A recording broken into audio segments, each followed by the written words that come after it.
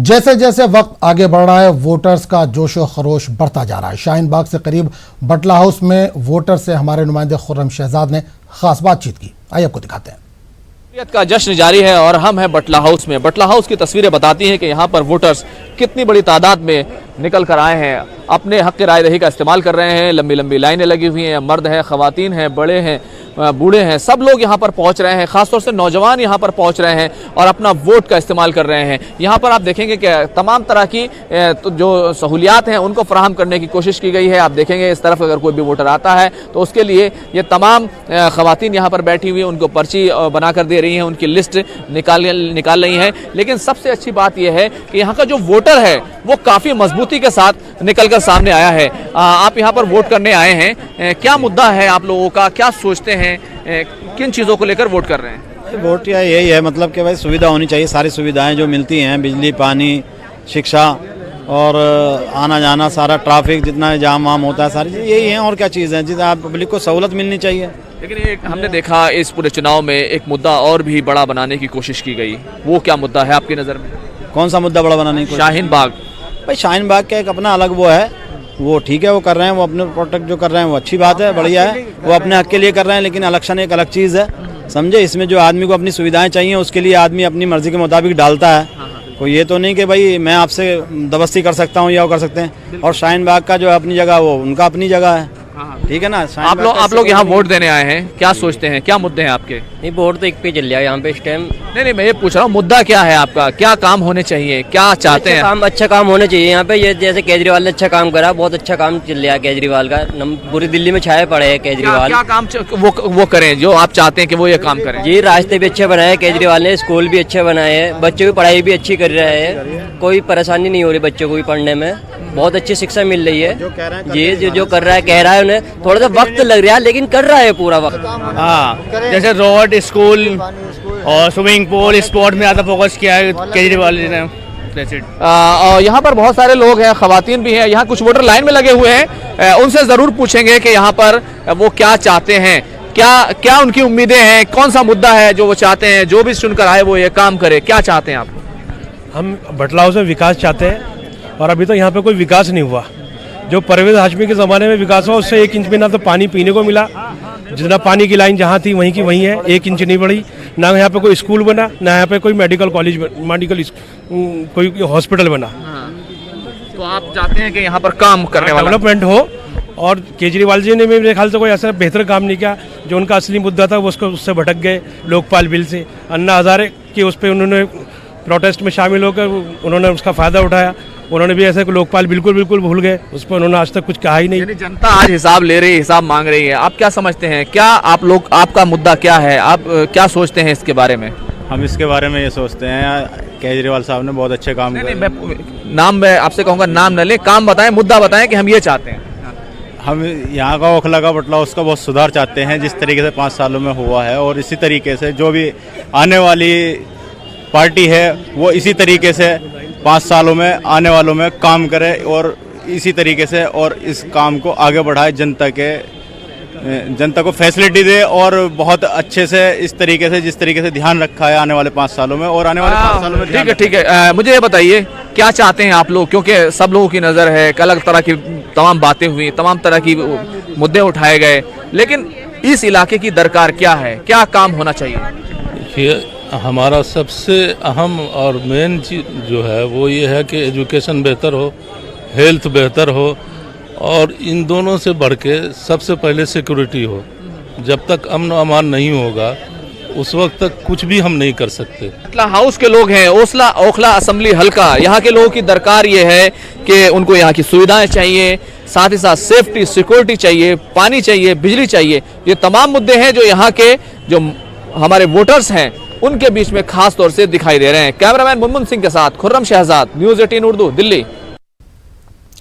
तो नाज़रीन आपको बता दें कि दिल्ली में इस वक्त इंतखाबी बिसात बिछी हुई है। झाड़ू, कमल और पंजे के बीच सख्त मुकाबला। इस पूरे मामले पर बात करने के लिए हमारे साथ 3 मेहमान इस वक्त जुड़े हुए। मुमताज़ आलम जो कि सीनियर सहाफ़ी हैं, कोमल बीजेपी से हैं और सैफ ये कांग्रेस से हैं। सबसे पहले कोमल जी आपके पास आना चाहूँगा। ब्रेक में जाने से पहले आपसे ही बात हो रही थी, आपसे जानना चाहूँगा क्या हिंदुत्व तो सिर्फ बीजेपी का है?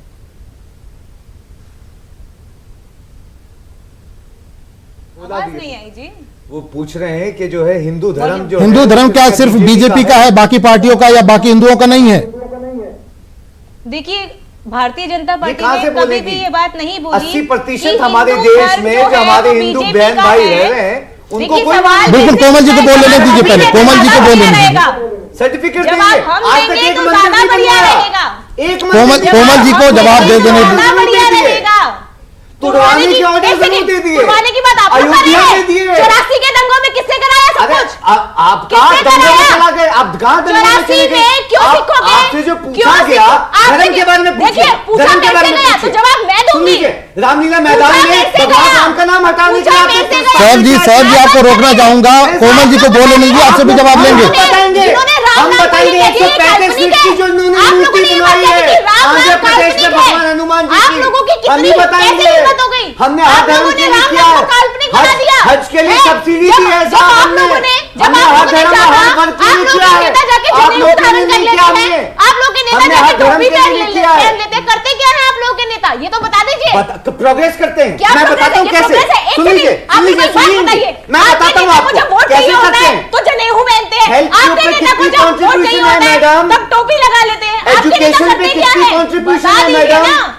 एनपीएस बताइए ना। कितने चल रहे हैं इस क्यों वक्त आप हिंदू बताना धर्म की बात चाहेंगे? कर रहे हैं, आप हिंदू धर्म पे आइए। इनसे अगर आप काम मैं की बताती बात हूँ पूछेंगे आपको। कभी नहीं मिलेगी आपको। आपके ये राहुल सिर्फ गांधी जी, सर्टिफिकेट दे आपके सकते हैं। so sorry to say, साहब आप आपके हिंदू पप्पू हैं, जी आप क्या नहीं करते हैं हैं? और जो क्या इनके करते हैं? इनके बता सर्टिफिकेट दीजिए। साहब जी सवाल कोमल से था, क्या हिंदू धर्म सिर्फ बीजेपी के लिए? उनको जवाब दे देने दीजिए, उसके बाद आपके पास लौटेंगे।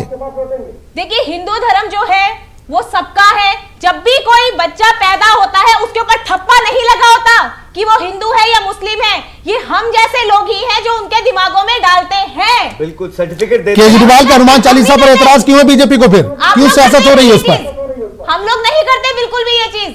और रहा सवाल अच्छा। हिंदू और मुस्लिम को बांटने वाले, वो सिर्फ मैं कांग्रेस कहना पार्टी चाहूंगा इस पे। और आम आदमी सुन पार्टी लीजिए, है। आपकी एक बात माइनॉरिटी बताइए, माइनॉरिटी आप लोग कमीशन करते की क्या रिपोर्ट है? है। सुन आप लीजिए, लोग सुन करते लीजिए, क्या मैं है? दिखा देता हूँ। भारतीय जनता पार्टी ने तो हमेशा दिखा देता हूँ, सबको आपके एक साथ विभाग लेके की चली रिपोर्ट है। है, सुन लीजिए आप लोग मैडम। क्यों नहीं लेके चलते? सुन लीजिए ना, आप लोगों का ध्यान माइनॉरिटी हमेशा कमीशन मुस्लिम की पे क्यों रहता है? माइनॉरिटी कमीशन की क्यों रिपोर्ट रहता है है। मुस्लिम पे ध्यान आप लोगों का? सुनिए, कौन कांग्रेस हम पार्टी का मुस्लिम माइनॉरिटी पे ध्यान कमीशन क्यों की रहता रिपोर्ट है? है। शाहीन बाग को क्यों बिठाया? अरे सिर्फ शाहीन मुस्लिम- बाग नहीं, देश में हर सिर्फ- जगह हो रहे हैं धरने। सिर्फ मुस्लिम वोट बैंक के सुनिए, लिए सीए के खिलाफ आपने, है सब कांग्रेस और पार्टी रहेंगे। ने और आम आदमी पार्टी ने शाहीन देश बाग में हर जगह राजनीति जो क्यों करी? प्रोटेस्ट हो रहा है लेकिन वो शाहीन बाग का इस्तेमाल सबसे ज्यादा बीजेपी कर रही है इस वक्त। कोमल जी, क्यों क्यों राजनीति करी आप लोगों ने वोट बैंक के लिए? शाहीन कोमल बाग जी, में- इस वक्त शाहीन बाग का इस्तेमाल दिल्ली इलेक्शन में सबसे ज्यादा बीजेपी कर रही है। कैसे कर रही है? आप बताइए मुझे, शाहीन बाग को बिठाने वाला कौन है? शाहीन बाग का सपोर्टर मैं भी- कौन है? मैं एक सवाल शाहीन करना बाग- चाहता लॉ एंड ऑर्डर आपके पास है, शाहीन बाग हटा सकते थे आप। करना चाहता हूँ एक मिनट दिल्ली के डिप्टी कोमल जी से एक मैं बिल्कुल, आप सवाल दोनों को करना रोकना चाहता हूँ। चाहूंगा। मुमताज आलम साहब हमारे साथ जुड़े हुए हैं, वो कुछ इस पर बोलना चाह रहे। जी मुमताज साहब। मैं सवाल ये करना चाहता हूँ, बार बार बीजेपी ये कहती है और कोमल जी भी कह रही हैं कि बिठाया बिठाया बिठाया दिल्ली प्लीज एक मिनट सुन लीजिए, कोमल जी सुन लीजिए। अरे मैं पॉलिटिशियन नहीं हूँ कोमल जी, एक मिनट, मैं पॉलिटिशियन नहीं हूँ, मैं सवाल करता हूँ एज ए जर्नलिस्ट जी। कि अगर आप ये कह रहे हैं दिल्ली पुलिस किसकी है? आपकी है। जिस तरीके से आपने यूपी में किया और सफाया कर दिया, वहां बोलने नहीं दिया गया, सबको अंदर, आप दिल्ली में खामोश क्यों रहे? इसका मतलब ये है कि आप क्या पुलिस, आपके लोग बात नहीं कर सकते? एक मिनट महिलाओं को आगे कर रहे हैं आप लोग। नहीं महिलाओं को और आगे नहीं, आपको आसाम का मालूम है कि अगर 40,000 40 लाख वहाँ पे गोलियां कौन चलवा रहा है? कौन चला रहा है? पुलिस वाले मार रहे हैं गोलियां। और ये मेडिकल सुप्रिंटेंडेंट सफदरजंग के मेडिकल सुप्रिंटेंडेंट का बयान है। बिल्कुल, आप दोनों को रोकना चाहूंगा। मुमताज साहब को पहले बोलने दीजिए, वो कुछ जवाब देना चाह रहे हैं, पहले सुन लीजिए। धरने पे बिठाते हो। कोमल जी साहब दोनों को रोकना चाहूंगा। रिजवी साहब को बोलने दीजिए पहले। डंडे मारे क्या गए, चाहते हो आप लोग? क्यों मदरसों में घुस के जो है बच्चों के ऊपर जो है डंडे मारे गए। आप दोनों को रोकना चाहूंगा। मुमताज साहब आपके पास आना चाहूंगा।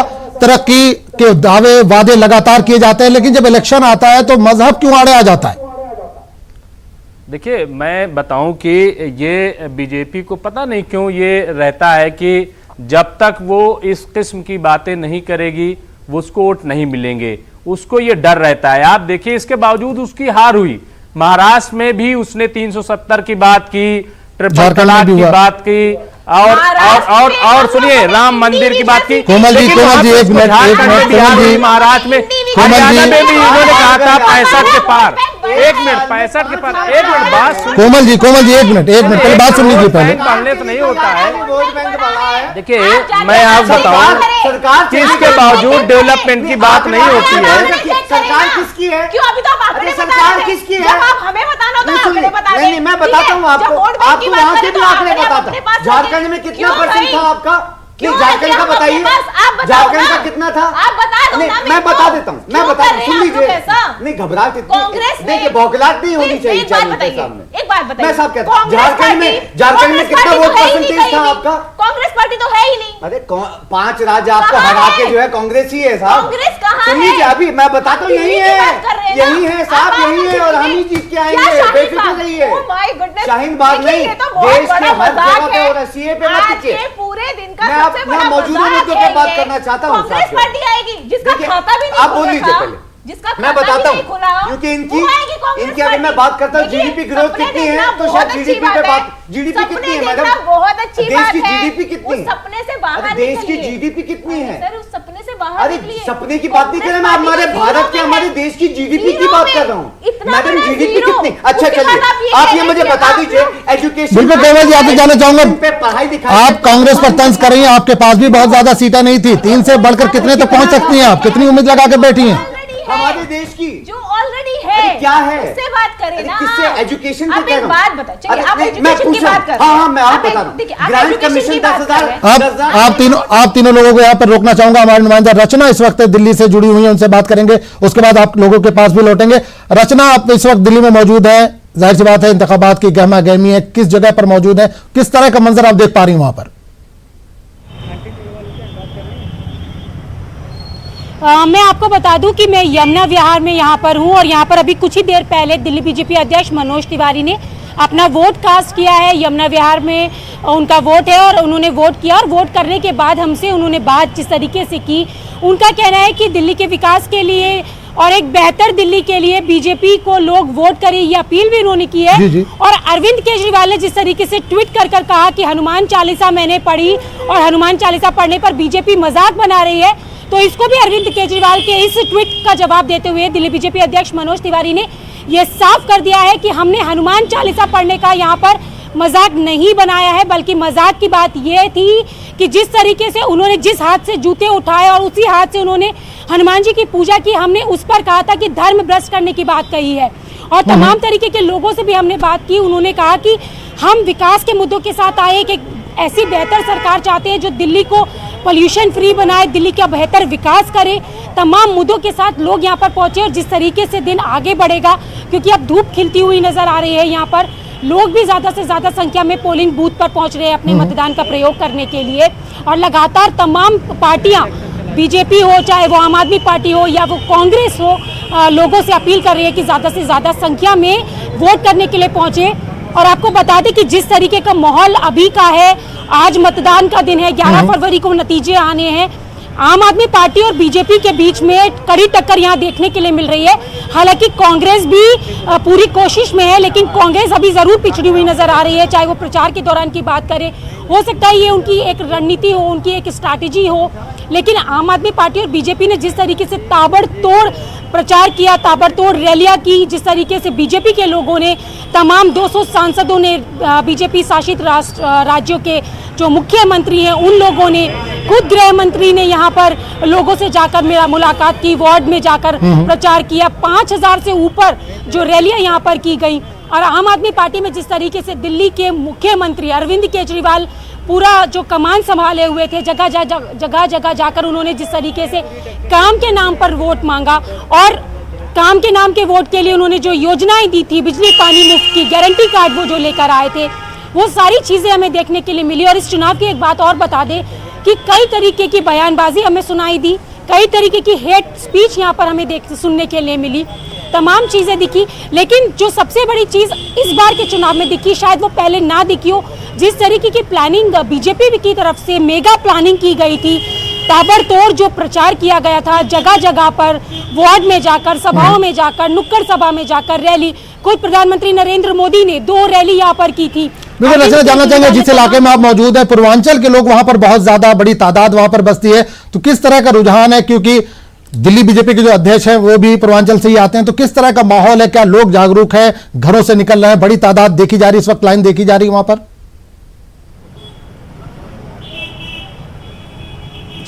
देखिए, पूर्वांचल की बात आपने की तो दिल्ली की सत्ता में जीत दिलाने में पूर्वांचल वोटर का काफी ज्यादा अहम योगदान रहा है और रहेगा भी।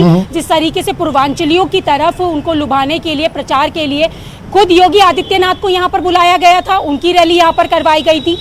दिल्ली बीजेपी अध्यक्ष मनोज तिवारी खुद पूर्वांचल चेहरा हैं, उनके ऊपर बड़ी जिम्मेदारी है दिल्ली में कमल खिलाने की, 21 साल से बाहर है। और जो पूर्वांचली वोटर्स है, जिस तरीके की बयानबाजी की बात मैंने आपसे की कि अरविंद केजरीवाल ने लगातार पूर्वांचलियों को लेकर अपमानजनक जो बातें की, चाहे वो 500 रुपए का टिकट लेकर दिल्ली में जो लाखों का इलाज कराने वाला बयान हो, या फिर दिल्ली बीजेपी अध्यक्ष पर तमाम तरीके के जो निशाने उनकी तरफ से साधे गए, तो वो सारी चीज़ें पूर्वांचली वोटर में अपने जहन में रख के ज़रूर वोट किया होगा। यमुना विहार की बात करें, नॉर्थ वेस्ट इलाके का ये जो एरिया है, यहाँ पर पूर्वांचल बेल्ट बहुत ज़्यादा है, तो पूर्वांचल बेल्ट के लोगों की क्या समस्याएं हैं, उन समस्याओं को देखते हुए उन्होंने वोट किया होगा। तमाम तरीके की, चलिए तकरीबन 12:15 बज चुके हैं, आधा वक्त तकरीबन बीत चुका है, लोग घरों से निकल रहे हैं। हमारी भी ये अपील है कि ज्यादा से ज्यादा वोट कास्ट करें, लोग अपने घरों से निकलें और अपने हक रायदही का पूरा इस्तेमाल करें। बहुत बहुत शुक्रिया रचना इस तमाम जानकारी के लिए। हमारे साथ तीनों मेहमान जुड़े हुए, मुमताज आलम साहब जो कि सीनियर साफी हैं, इसके अलावा कोमल बीजेपी से, सैफ कांग्रेस से हैं। सैफ साहब, आप कुछ कहना चाह रहे थे? देखिए, सबसे पहली चीज में दिल्ली में जो आम आदमी पार्टी है, जो ये कहते हैं विकास का मॉडल, उनकी सिर्फ ये आलोचना ही करके आए थे, चाहे वो भारतीय जनता पार्टी हो या चाहे वो आम आदमी पार्टी हो। स्कूलों का मैं अगर आपको आज आरटीआई का आंकड़ा बताऊंगा तो आप और जनता भी जो है वो हैरान होती है, क्योंकि आज तक जो है कोई भी प्रोग्रेस, 4 स्कूल बनाए हैं, केवल 4 स्कूल, वो भी जो है सिर्फ उस पे रेनोवेशंस वगैरह करके वो किए हैं, नए स्कूल जो है डेवलप नहीं किए गए हैं पूरी उस जगह के ऊपर। जो है हमने 36 स्कूल जो है एक साल में बनाए थे। आपको विकास के अगर मैं मॉडल का अगर ये बोलूं, जो हम जो करते आ रहे हैं, ये जो हमने किया है वो क्या है, 15 न्यू ग्राउंड्स हम लोग Indian national Congress, 14 swimming pools Indian national Congress, 140 grounds हमने इंट्रोड्यूस किए थे जो है दिल्ली में स्कूल्स के लिए। जो है हमने ही किया है, जब हम छोड़ के गए थे, इंडियन नेशनल कांग्रेस की सरकार जब गई थी तो 1007 स्कूल थे, आज केवल 4 स्कूल की बढ़ोतरी। बिल्कुल साहब, मैं उस वक्त दिल्ली में मौजूद था जब शीला दीक्षित की वहां पर सरकार थी। जाहिर सी बात, दिल्ली में जो हम तब्दीली देख रहे हैं, चाहे फ्लाईओवर की बात करें या सड़कों की बात करें, शीला दीक्षित ने जाहिर सी बात है बहुत काम किया है, लेकिन कांग्रेस एतमाद क्यों खोती चली जा रही है अवाम के बीच, सवाल ये पैदा हो रहा है। 7% होती थी, आज भारतीय जनता पार्टी ने उसको घटा के 3.71% कर दिया है। 4% सेस लगा के पढ़ाई और महंगी कर दी है, जैसे दवाइयां पे 4% सेस लगा के और महंगी कर दी गई है, जैसे भूखमरी और हमारे देश की। मेरा ये सवाल है, कांग्रेस का एतमाद क्यों स्पेंडिंग हो रहा है अवाम के बीच से? जो कंजम्पशन स्पेंडिंग होती है आदमी की लोएस्ट इन 37 ईयर्स, ये विकास है साहब। जो है आपका विकास का स्ट्रक्चर और देखिए साहब, वर्ल्ड की टेररिज्म रैंकिंग में हम और जो है ऊपर आते जा रहे हैं। विमेन सिक्योरिटी, आप यूं कि खुद महिला है, आप जानती हैं फोर्ब्स क्या कह रहा है इस वक्त, जानती हैं आप? नहीं जानती। जुलाई 26 2019 में कहता है हमारा देश यानी भारत 50 देशों के कंपैरिजन में। आलम साहब, मैं साहब से कुछ सवाल करना चाहता हूं। साहब मुमताज आलम साहब कुछ सवाल करना चाह रहे हैं। क्राइम रिकॉर्ड ब्यूरो कह रहा है 100 केसेस रजिस्टर होते हैं। जी बिल्कुल सवाल कीजिए। साहब आपको रोकना चाहूंगा, 12% जो है वो केसेस बढ़ते जा रहे हैं। साहब आपको रोकना चाहूंगा, मुमताज आलम साहब को सवाल करना चाह रहे हैं, तो आप फिर मानिए। फिर मैं की रिपोर्ट कहती है India is the most dangerous country for. बिल्कुल साहब एक मिनट का वक्त दीजिए। मुमताज आलम साहब आपसे सवाल करना चाह रहे हैं। ये है विकास। मैं साहब से कुछ सवाल करना चाहता हूँ। बिल्कुल करिए, सवाल करिए। देखिए, मैं आजम साहब, मैं साहब से सवाल करना चाहता हूँ। ये काफी आदाद और शुमार लेकर के बैठे हैं, काफी होमवर्क इन्होंने किया है और बता रहे हैं। देखिए, इन्होंने काम किया और काम करके ये घर में बैठ गए। सुनिए, काम किया, घर में बैठ गए और आपस में लड़ पड़े। एक मिनट, आपस में लड़ पड़े, ये कहीं नहीं गए। नहीं, मैं दिल्ली की बात कर रहा हूँ। देखिए, दिल्ली में साहब दिल्ली की बात कर रहा हूँ। आप सवाल सुन लीजिए, जवाब आप ही को देना है। क्या सवाल आप ही से। मैं दिल्ली की बात कर रहा हूँ। एक मिनट, दिल्ली में आप जीरो हैं साहब। एक मिनट देखिए, आप साहब एक मिनट, आप दिल्ली में जीरो कैसे हो गए? क्यों आप जीरो हो गए दिल्ली में? साहब जीरो क्यों हो गए? क्यों आपको एक सीट नहीं मिली? झूठ बोला गया था। नहीं झूठ, तो आपने सच क्यों नहीं बोला? आप साहब ने सच क्यों नहीं बोला? आप कहाँ गायब हो गए थे? कहाँ घुस गए थे?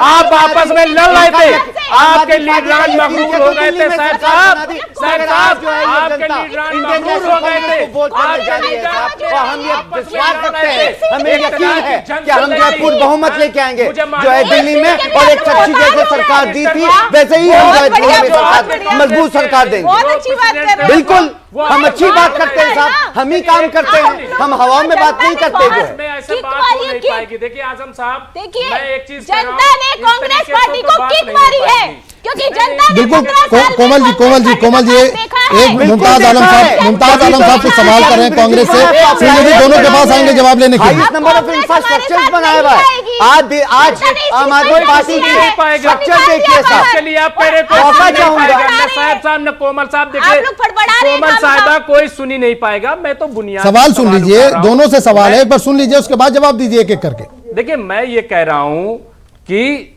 जिस तरीके से कांग्रेस कह रही है कि हमने काम किया, तो सवाल ये है कि आप जीरो कैसे आए? नंबर एक मिनट झूठ अगर कोई बोल रहा था बिल्कुल तो आप घर में क्यों बैठे थे? एक मिनट रुक जाइए। आपके लीडरान घर में क्यों बैठे रहे? मैं आपको बता दूं, देखिए ये कुर्सी का नशा इतना होता है कि एक मिनट मैं कांग्रेस 2006 से कांग्रेस कवर कर रहा हूं साहब, मैं 2006 से और दिल्ली के बाद बिहार के बाद ये जो 21% पे आ जाएंगे।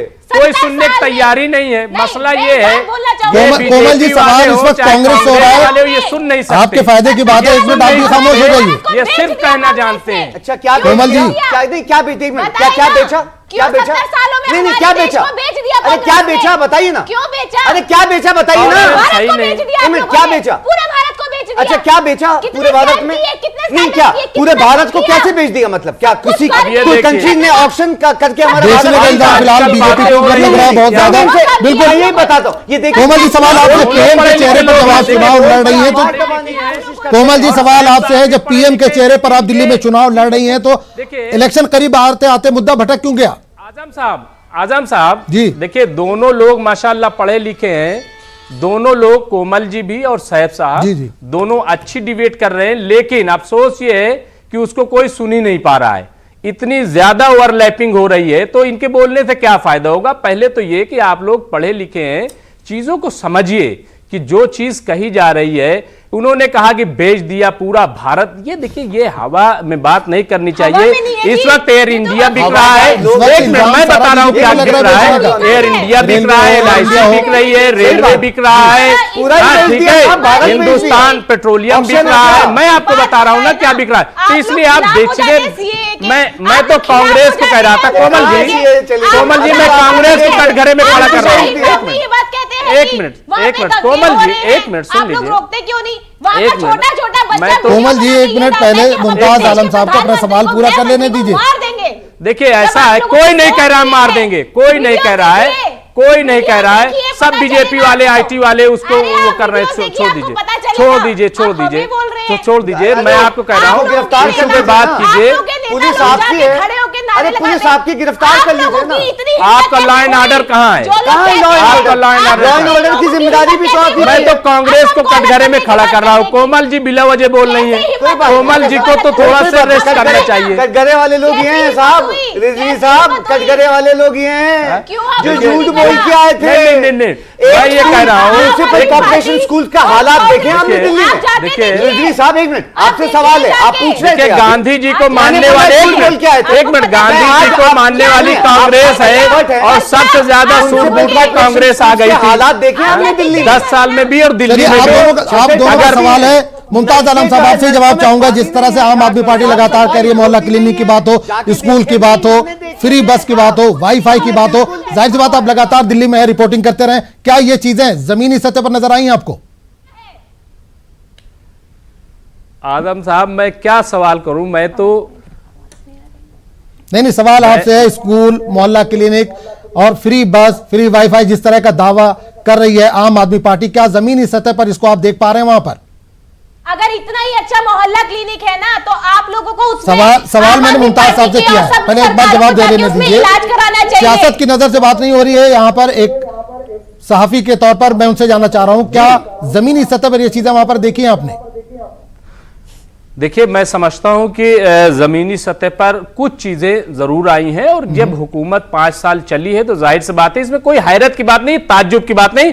और आजम साहब, ये हुकूमत की जिम्मेदारी होती है, अगर उन्होंने किया है तो दिल्ली वालों पे एहसान नहीं किया। एक मिनट, अगर जो भी देखिए, जैसे आपने किया तो आपने एहसान नहीं किया। एक मिनट साहब आपने, और अगर उन्होंने किया, देखिए ये है कि देखिए, एक मिनट आजम साहब, मैं जानना तो चाहूंगा क्या एक मिनट साहब सुन लीजिए, इनको बोल दीजिए क्या किया है, बताइए। देखिए साहब सुन लीजिए। हाँ, सुन रहे हैं। लीजिए, बिल्कुल देखिए, अब बताइए क्या किया है। जो वो कह रहे हैं कि हमने मोहल्ला क्लिनिक, स्कूल, मोहल्ला क्लिनिक, पैरासिटामोल देते हैं। मैं किसी की पैरवी नहीं कर रहा हूँ, एक मिनट में कह रहा हूँ, डॉक्टर को दिखा दीजिए, पैरासिटामोल देते हैं, पैरासिटामोल। देखिए, कोमल जी को तो पहले बोलना ही नहीं चाहिए, और बोलिए, कोमल जी को तो पहले बोलना ही नहीं चाहिए। बोलूंगी मैं, एक मिनट कोमल जी, सवाल मुमताज आलम साहब को हुआ है, एक बार उनको जवाब दे लेने दीजिए। आप लोग नहीं करेंगे, इतना जवाब दे दीजिए। नहीं, देखिए, इलाज क्या केजरीवाल जी जाके मोहल्ला क्लिनिक में इलाज कराते हैं? देखिए, ऐसा है, आपके मंत्री मोहल्ले, देखिए मोहल्ला पहले क्लिनिक, मोहल्ला क्लिनिक होता क्या है पहले समझ लीजिए, पहले सुन लीजिए, मोहल्ला क्लिनिक को समझ लीजिए ना। मोहल्ला क्लिनिक होता है, नहीं, देखिए ऐसा है, केंद्र कह रहा है आयुष्मान योजना लाने दो, जब बाहर के स्टेट्स में आयुष्मान योजना का फायदा हो रहा है कि दिल्ली वालों को आयुष्मान योजना लाने दो, तो कुछ फायदा नहीं हो रहा है। आयुष्मान योजना में कौन से आपके लीडर जा रहे हैं इलाज कराने? कोमल जी, आयुष्मान योजना से कौन सा लीडर है जो इलाज करा रहा है, या उनके घर वाले कौन से इलाज करा रहे हैं? कोई नया हॉस्पिटल इंक्रीज नहीं किया, आयुष्मान योजना, आयुष्मान योजना से किसको फायदा हो रहा है? क्या आपका कोई लीडर या उनके घर वाला कोई जा रहा है उसमें? नहीं, और क्या कामयाबी, पहले कामयाबी सुन लेते हैं, चलिए और बताइए। देखिए, ऐसा है, मैं आम आदमी पार्टी का तर्जुमान नहीं हूँ, इसलिए आप मैंने मुझसे के तौर पर नहीं पूछा है, मैंने एक सहाफी के तौर पर सवाल किया है, किस नजर से वो दिल्ली को देख रहे हैं? मुझे बताइए ना, क्या फर्ज है?